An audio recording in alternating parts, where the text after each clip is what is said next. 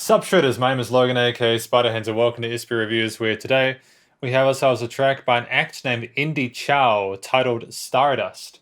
Now if we switch over to here, we actually have the track as a 7.5 minutes. I don't know much about this music. This was a recommendation through Fiverr by Simon Sui, by the way. I mean, like I've been told a bit about what it's about, but I've tried to also kind of keep it as much of a surprise for myself as possible. We've got the lyrics as well, though. This was released a few years ago now, I think in 2012. So we're going to listen through this track from start till finish, and we're going to hear what we think.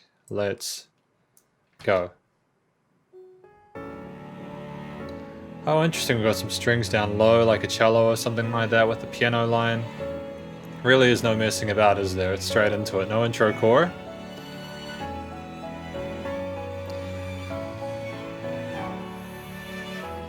Have we got a suona or something like that in it as well, or... I think those are just some strings like a violin or something.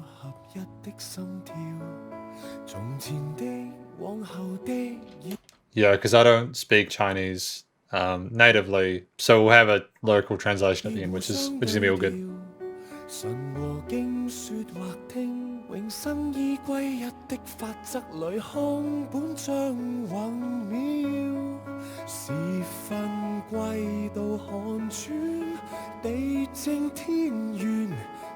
There's quite a lot going on actually, isn't there, with the piano as well as the vocals. It's very active, even with those fewer elements in the mix. Nicely panned though, the piano, I'm digging that. Oh, those strings are very gentle as a background harmony, aren't they? Oh damn, man, we got a double tracked. Lots of energy in there actually. I'm liking the intent behind the delivery of the lyrics.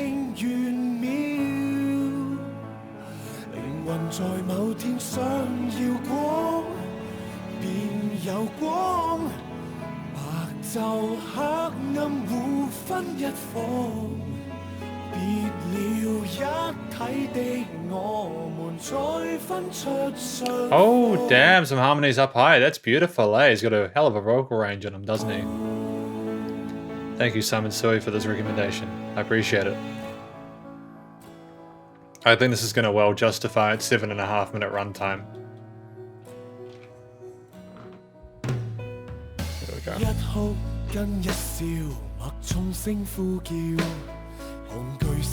Nice to have the acoustic kit in there as well. It's nice and clear and punchy in the mix. Quarter note groove.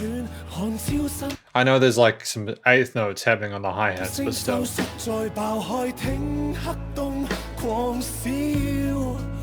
We've got some repeated melodies there. Going into that head voice, that Mao falsetto there.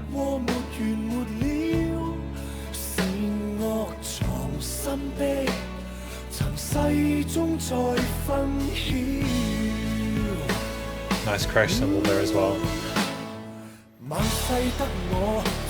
Oh, some distorted guitar in there. Oh, I dig it. It's nice the way they've mixed and recorded and mixed that guitar, eh? There is definitely a bit of chug behind it, a bit of grit to it, but it's not overwhelming.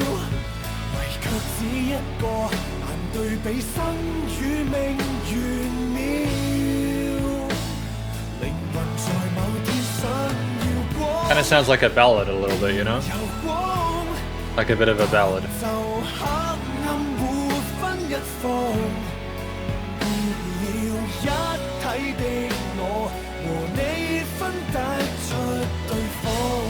Oh, resolving to the major, okay. Nice. Oh, a key change? Maybe, I'm not sure. No, it isn't. So, going up to the fourth, is it? I think so.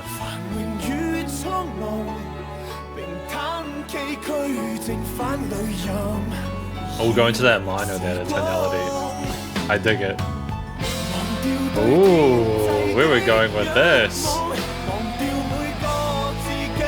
Oh, with a bit of tension and it resolves back and forth like a tug of war, you know? Some lead guitar in there. Very, very subtle though. Vocals are definitely the focal point of the mix. Guitar solo. Oh, it sizzles. A little bit of ornamentation here with the hammer-on pull-offs.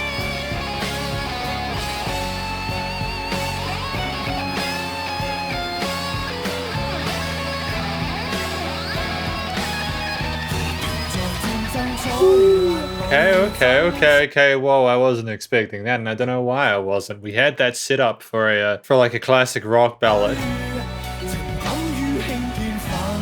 It's great that it was surprising, though. I'm glad that I didn't expect it, you know? Last thing you want is for a track to be predictable.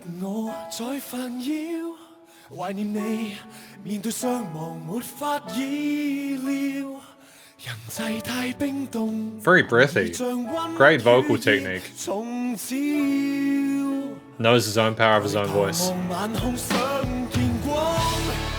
Oh, I like that. It sounds so full of life and vibrant.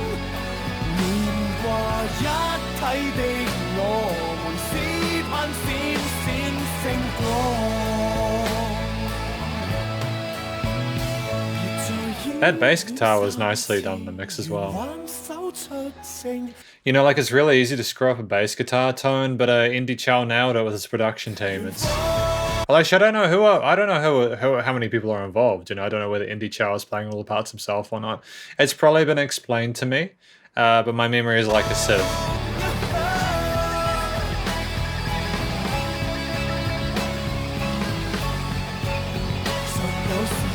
Like I read through stuff and then I forget it.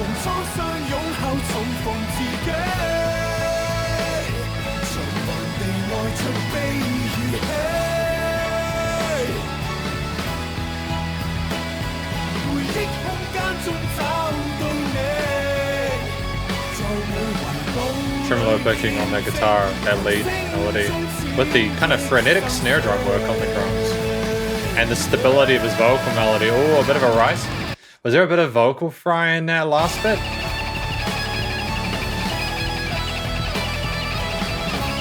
Great range to the singing. Staccato, very kind of atmospheric strings.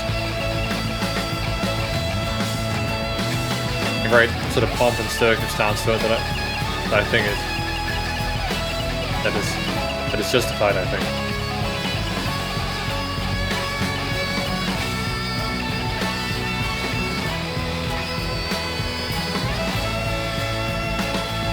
Well done.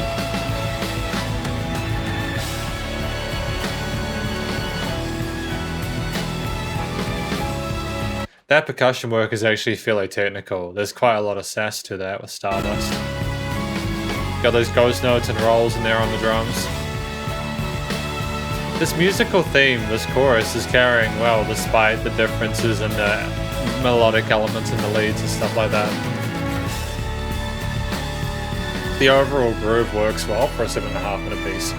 Starting to lower the intensity down now though. Well done. Great. Great work, Endy Chow. With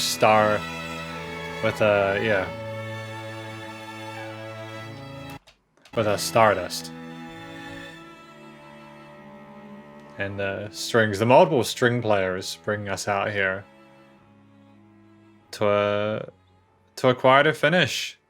We came and we went, and that was 7.5 minutes came and gone. It's pretty mind-blowing how quickly that flew by. I genuinely wasn't expecting that. Sometimes when you have like a track of this length, it can be sort of like really tough, you know, really tough to get through it, just because, especially if the song isn't well written, or if there's one sort of main musical concept that's just kept the same throughout, and there's not a lot of shift or variation, or there's not an understanding of how to make these little tweaks to keep things spicy, even if there is that main concept. It's kind of, it's one of those things where you've just got to kind of be a little bit careful about it. But at the same time, I appreciate what's been done with this track. I think that I think Endy Chow has a fantastic song on his hands, and I wish him the best of luck in future. But we're gonna check out the lyrics now. Don't know if you can see this. Wow, there's quite a lot of lyrics, eh? Finally, the heart of unity, the past and the future have been swapped.